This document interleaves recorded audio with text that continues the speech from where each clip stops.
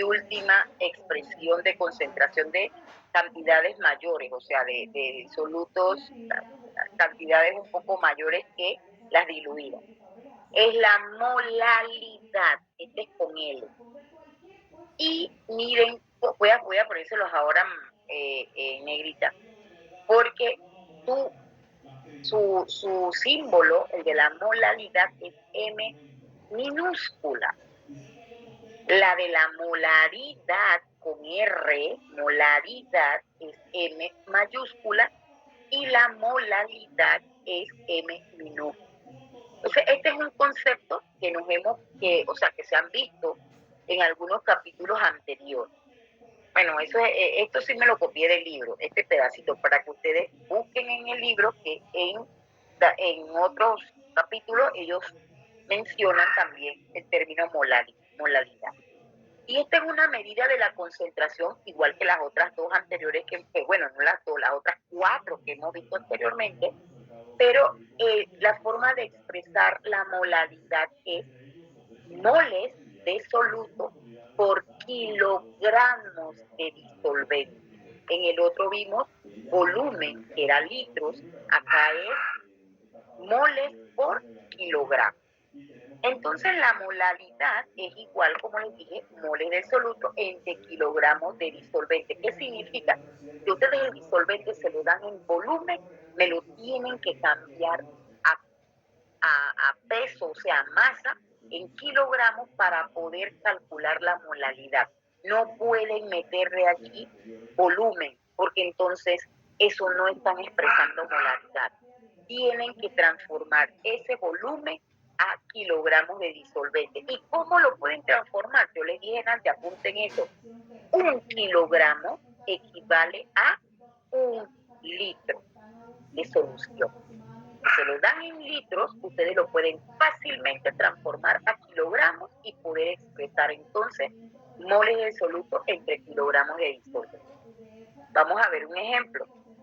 Si mezclamos una disolución de 0.2 moles de hidróxido de sodio, el cual tiene un peso molecular de 40 gramos por mol, o sea, ese es el peso molecular, y 500 kilogramos de agua, o sea, 500 gramos. Mira, o sea, este lo están transformando, este kilogramo lo transformaron, o sea, perdón, son 500 gramos y ya lo estamos transformando de una vez a kilogramos. ¿Por qué? Porque yo necesito kilogramos de disolvente, yo no necesito gramos.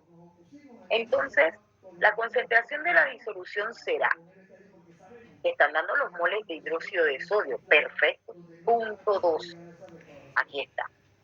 0.2, esto es para saber la concentración de la disolución de hidróxido de sodio. ¿Y por qué hidróxido de sodio? Porque hidróxido de sodio es el soluto. Entonces lo dividimos entre, nos dijeron que 500 gramos de agua, pero si nosotros transformamos 500 gramos a kilogramos, ¿qué yo tengo que hacer? Sí. Si yo quiero transformar 500 gramos de agua, perdón, Dale. 500 No gramos, tanto, sí, un de agua, poquitito.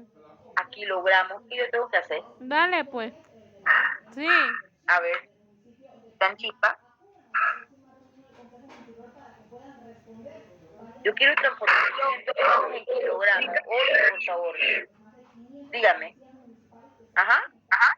Que de a kilogramos debemos multiplicar por 1000. Aguanta, no. Si yo quiero transformar gramos a kilogramos. Profesora, Ajá. tendríamos que multiplicar por 1 kilogramo y dividir entre 100 gramos. No, entre 1000 gramos, quise decir. Sí, ajá, exacto. Porque un kilogramo equivale a 1000 gramos, entonces tú eliminas los los gramos de 1000 con los gramos de 500 y divides 500, lo multiplicas por 1 y lo divides entre 1000. Perfecto. ¿Su nombre? André Millán. Ya, perfecto. Eso que estamos viendo ahorita, la compañera, se multiplica es cuando tú cambias kilogramos a gramos. entonces tú multiplicas por 1000. Pero si tú vas a transformar de gramos en unas unidades pequeñas, eso apréndanselo como tip. Cuando van a transformar cantidades pequeñas a cantidades mayores, se divide. ¿Por qué? Porque tú tienes gramos y tú lo quieres transformar a kilogramos. O sea, eso sí, obviamente, al transformar una cantidad más pequeña en una más grande, el valor te va a dar más pequeño. Si lo multiplicas por 1000 te va a dar mucho más grande. Pero siempre se tiende a dividir. Si tienes un tamaño grande, ejemplo, en kilogramos, y tú lo quieres transformar en gramos, casi es un valor más pequeño, casi siempre hay que multiplicarlo, porque tienes un valor grande, o sea, un valor en kilogramos, y lo vas a pasar o a convertir en un valor, en unas unidades más pequeñas, por ende uno lo multiplica. Eso es ese es un tip, miren, que nadie se lo va a decir, porque normalmente uno lo que hace es la regla de 3 y tú transformas, pero y obviamente tienes que hacerlo así. En los exámenes me lo ponen, por favor, pero digo, para usar la lógica y no se confundan, porque me explico. Entonces, porque no estuvo mal la respuesta de la compañera. Obviamente había que hacer algo con ese 1000. Ella estaba clarita en la conversión. Pero cómo aplicar esa conversión es lo que a veces confunde. Y por eso le digo, agárrense ese tip. Cuando quieren transformar una unidad mayor a una menor, casi siempre se multiplica. Y cuando tienes una menor y quieres cambiarla a una unidad más grande, mayor, o sea, ejemplo, de gramo a kilogramo, entonces normalmente se divide. Ok, entonces vamos, como le dije, aquí está el problema, en la respuesta, en donde ya transformamos los gramos a kilogramos y dividimos 0.2 entre 0.5 y nos dio 0.4. Y miren cómo se utilizan las cifras significativas. No pongan 4.4 pelados. Son concentraciones. Y cuando son concentraciones hay que utilizar por lo mínimo 3 cifras significativas después del punto, porque son concentraciones pequeñas y por ende no podemos estar redondeando así porque el mínimo decimal es, como le digo, altera de alguna manera la concentración. O sea, no, en estos casos, cuando son cantidades o concentraciones muy pequeñas, no podemos redondear. O sea, así, bueno, aquí yo tengo 0.432, yo lo voy a dejar en 0.4. No. Intenten siempre, cuando son concentraciones, utilizar 3 cifras significativas después del punto. Entonces la respuesta es 0.400 molal, o sea, 0.400 N minúscula de hidróxido de sodio.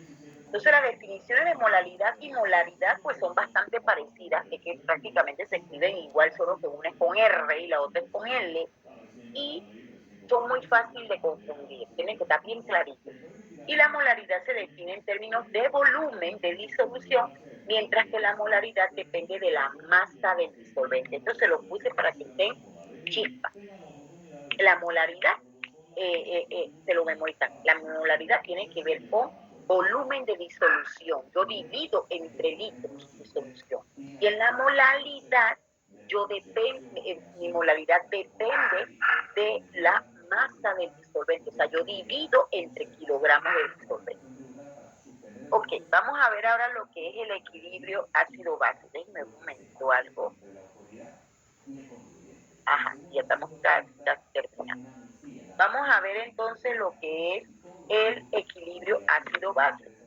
Entonces, como vimos, esto le pasó un poquito rápido porque ya esto lo hemos visto en algunas otras clases, donde los ácidos y las bases pues se utilizan en numerosos procesos químicos que se llevan a cabo a nuestro alrededor. Eso se utiliza para preparar, para manufacturar algún tipo de otros reactivos o algunos componentes, algunas materias primas. Se hacen se hacen reacciones, se utilizan reacciones de ácido base. Entonces, por ejemplo, los ácidos tienen un sabor agrio y es por el ácido cítrico que tiene, por ejemplo, el jugo de limón. Por eso es que uno dice que el limón está ácido, pero es eso, porque contiene un ácido cítrico que es el que nos da ese sabor así, que al final uno dice ácido, pero es un saborcito como agrio al final. Y hacen algunos tipos de tintes de color, hacen que esto del ácido base hace a veces que, por ejemplo, tú te has visto en soluciones que uno dice, ay, vamos a ponerle un papel tornasol para ver si es ácido o es base. Entonces, este tipo de productos, o sea, de compuestos, los ácidos pueden hacer entonces que algunos tipos de papeles indicadores cambien de color. Entonces, el término ácido, pues, viene de la palabra latina acidus, que significa agrio o acre, mientras que las bases tienen un sabor como amargo y normalmente son resbalosas al tacto. Yo no sé si algún día te han tocado el hidróxido de sodio, así una solución de hidróxido de sodio. Cuando uno lo toca, aunque uno lo tenga así el guante, uno lo siente y se siente como jabonosa. Es más, nos podemos dar cuenta de eso porque en los jabones se utiliza hidróxido de sodio para, se le llama un proceso de saponificación. Y si ustedes notan, el jabón es algo así como jabón, o sea, el jabón es así como resbalosito, pero es por eso, por la presencia por la reacción, perdón, de saponificación. Entonces, cuando se agregan bases a los ácidos, de alguna manera se contrarrestan, por ejemplo, la acidez. Cuando agregamos bases a los ácidos, tienden a reducir o bajar la cantidad del ácido, o sea, se disminuye el poder del ácido.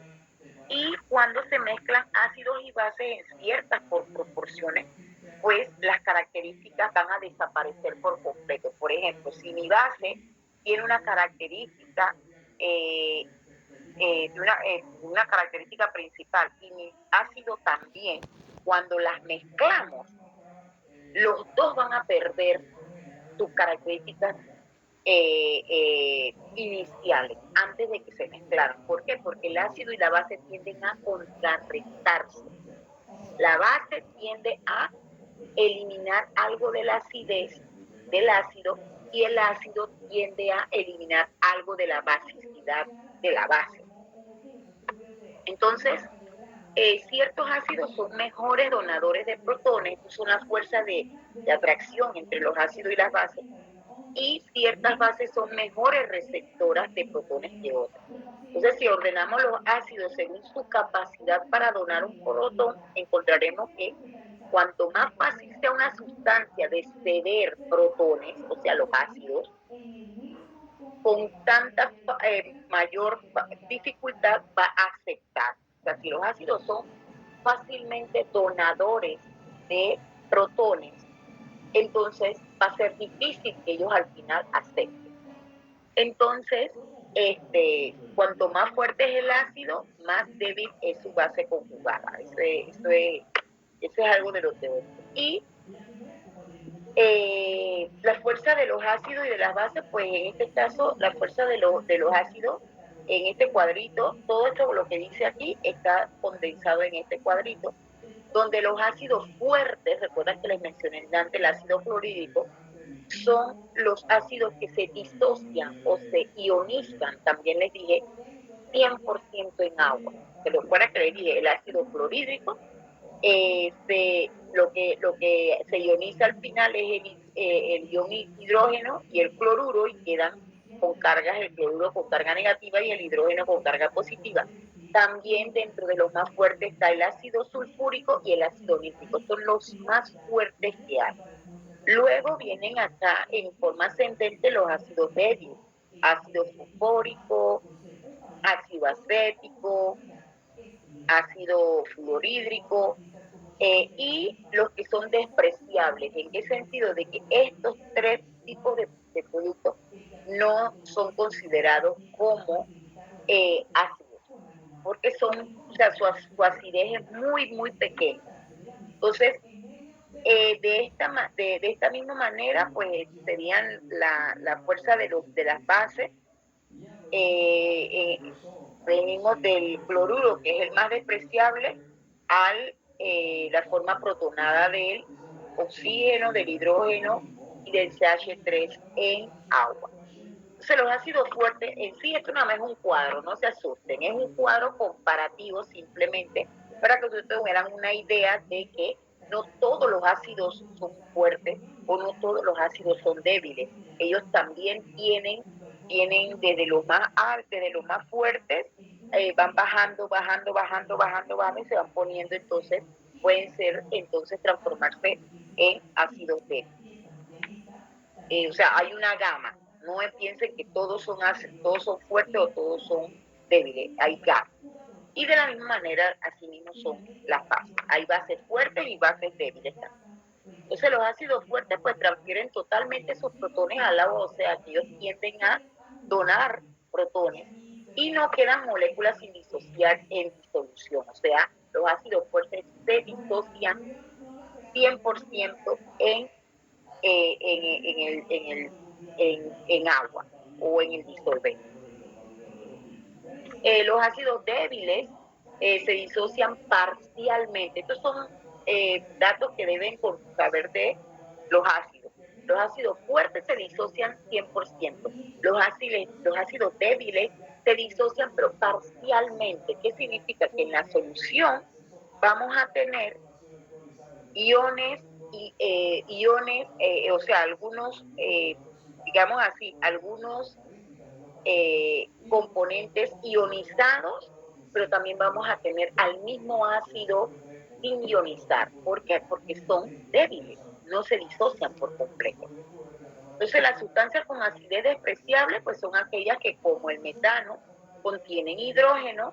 El hidrógeno el hidrógeno es como un ácido, o sea, tiene todos los productos que mayormente tienen hidrógeno, ellos casi siempre son considerados como ácidos. Pero en este caso, en el CH4, pues estos hidrógenos que están aquí no hacen que la solución que el compuesto sea tan ácido, a pesar de que tiene 4 hidrógenos. O sea, no necesariamente el que un compuesto tenga muchos hidrógenos significa de que es ácido, a pesar de que ese es lo que está asociado. Normalmente ácido clorhídrico, ácido sulfúrico tienen hidrógeno. Entonces dice que las sustancias de acidez despreciable contienen hidrógeno, pero no manifiestan comportamientos ácidos disueltos en el agua. Y este es un cuadro que lo vi aquí, me gustó, donde están condensados lo que acabamos de explicar. Los ácidos fuertes se disocian completamente. Un ejemplo es el ácido clorhídrico, se ioniza en el agua, mientras que los ácidos débiles, este es el ácido acético, se disocia parcialmente. O sea, vamos a tener por eso es que ustedes ven que la reacción está como en forma de equilibrio, se da hacia la izquierda, pero también se da hacia la derecha, porque dentro, como es un ácido débil, el ácido acético es el que utilizamos en el vinagre, el olorcito ese es ácido acético. Bueno, como es un ácido débil, vamos a tener en la solución, vamos a tener tanto el ácido ionizado, o sea, hidrógeno con carga positiva y el acetato con carga negativa, pero también vamos a tener en la disolución el ácido mismo. ¿Por qué? Porque él no se ioniza 100%. Y las bases fuertes igual. Las fuertes se disocian completamente, les expliqué lo del hidróxido de sodio, pero también tienen bases débiles, las cuales se disocian parcialmente. Igual que en el ácido débil, vamos a tener de repente la base que son débiles, vamos a tener una parte ionizada y otra simplemente la base sin ionizar. Ya es esto. A ver, ¿tienen alguna consulta? ¿Estamos todos claritos? Bueno, en los minutitos que faltan voy a introducirles el tema de, yo les mando las diapositivas ahora, el concepto de pH. Vamos a verlo bastante rápido. Creo que, bueno, ustedes en secundaria vieron esto en quinto año al cansancio, pero obviamente tenemos que hacer un breve refrescamiento sobre esto. Para poder entender qué significa el pH, primero debemos entender qué es un ácido. Ya lo vimos, pero ahora lo vamos a ver de manera más profunda. A lo largo de la historia, pues se han dado varias descripciones de qué es un ácido y en consecuencia se ha diseñado una variable para medir el nivel de acidez de una sustancia. O sea, siempre ha sido así. Han pensado, oye, pero este está ácido, este producto está ácido. ¿Y cómo yo mido qué tan ácido es? Allí fue entonces en donde se introdujo lo de la medida del pH. Entonces, al principio se hablaban que los ácidos eran sustancias con una, como les dije, lo asociaban al sabor. Tú sentías el limón y tú decías, uy, esto sí está ácido.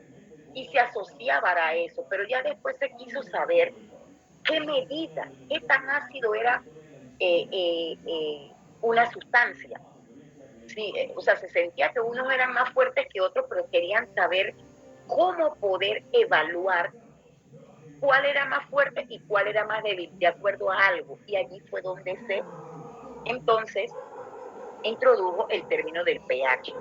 Entonces, el sabor ácido del limón o del vinagre, el limón es el ácido cítrico, se lo mencioné en la clase antes, que acabamos de pasar, y el vinagre es gracias al ácido acético. Sabemos que el sabor ácido del limón es por eso, por el ácido cítrico, y el vinagre por el ácido acético, pero antes no se sabía, porque las cosas fueron avanzando, se hicieron estudios.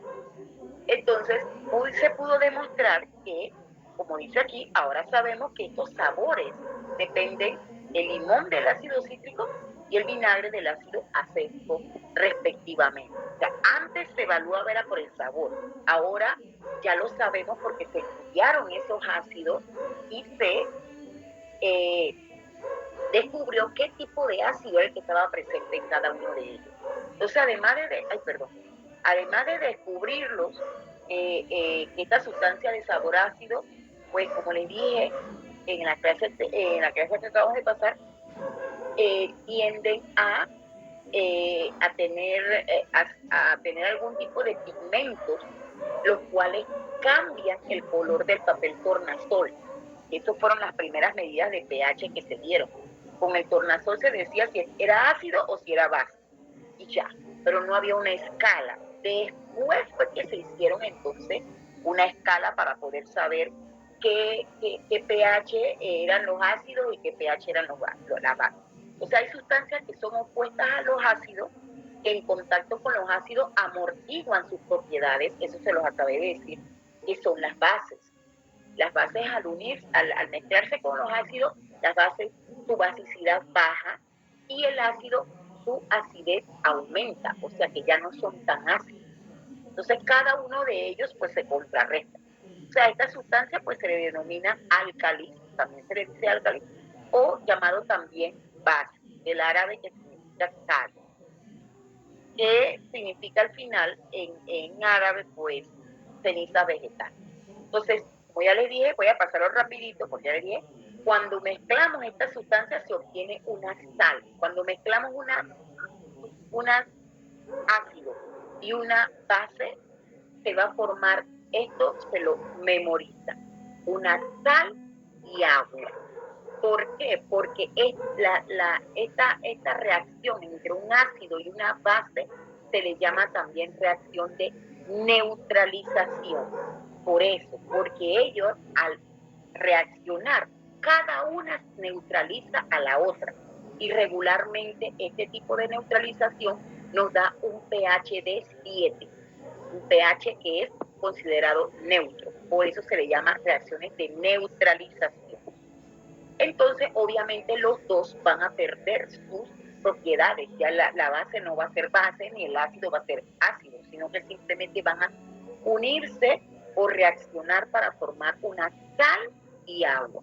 ¿Por qué el pH es 7? Porque las sales, el agua tiene un pH neutro, es alrededor de 7. Y las sales también disueltas en agua, ellas no son ni ácidas ni básicas, sino y básicas. Así que entonces el pH de esa sal que se forma en el agua, que también se forma de esa reacción, entonces su pH es neutro, es por eso.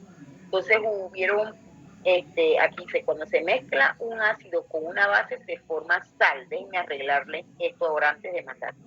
Y pues en 1887 el químico Arrhenius propuso que el hidrógeno ácido era hidrógeno que se desprendía de las sustancias ácidas como un ion hidrógeno, escrito H+, y coloquialmente denominado protón. O sea, él descubrió eso. Él descubrió que cuando había una reacción en donde se desprendía el hidrógeno, o sea, en el caso del ácido con la base, entonces ese hidrógeno entonces quedaba formando un H+, o sea, él como que se ionizaba. Eso es lo que en sí fueron sus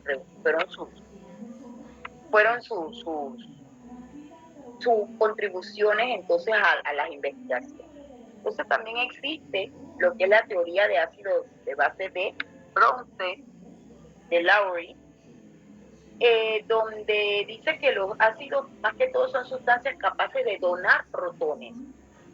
Por eso que en esas reacciones, que la vamos a ver un poquito más adelante, se van a dar cuenta de qué fácil que es cuando el ácido y la base se reaccionan. De una vez el ácido suelta el hidrógeno y automáticamente el OH, el hidróxido de la base del hidróxido de sodio, lo atrapa y forma la molécula de agua. Entonces el pH pues está ligado al final a la cantidad de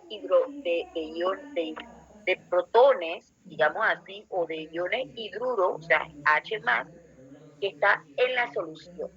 El pH se determina de acuerdo a la cantidad o la concentración de hidrogeniones que hay en la solución. Si hay poquito hidrogeniones, entonces el pH va a ser básico. Si hay bastante hidrogeniones, entonces el pH va a ser ácido. Entonces, en sí, por eso es que se dice que el ion hidruro está ligado al pH. Entonces, bueno, chicos, creo que ya estamos casi en el tiempo. Déjenme ver. Voy a mandarle las dos diapositivas para que vayan leyendo. Voy a hacer preguntitas. Sí, estamos exactitos. Voy a mandarles, a ver, creo que, bueno, este estaba hasta un poquito largo, pero para que, bueno, ni tan largo. Es más que todo algunos ejemplos, así que no, este es bastante sencillo. Para que vayan leyendo el anterior, se lo voy a mandar los dos. Y la semana que viene, entonces, lastimosamente, muchachos, ni modo. El lunes que viene vamos a tener entonces que ya terminar la clase porque ustedes tienen el examen, el último examen parcial el siguiente lunes, porque ya esa es la última semana de clase. O sea, si no me equivoco, es 5. 1, 2, 3, 4, sí, 5. El 5 sería el parcial, el tercer y último parcial.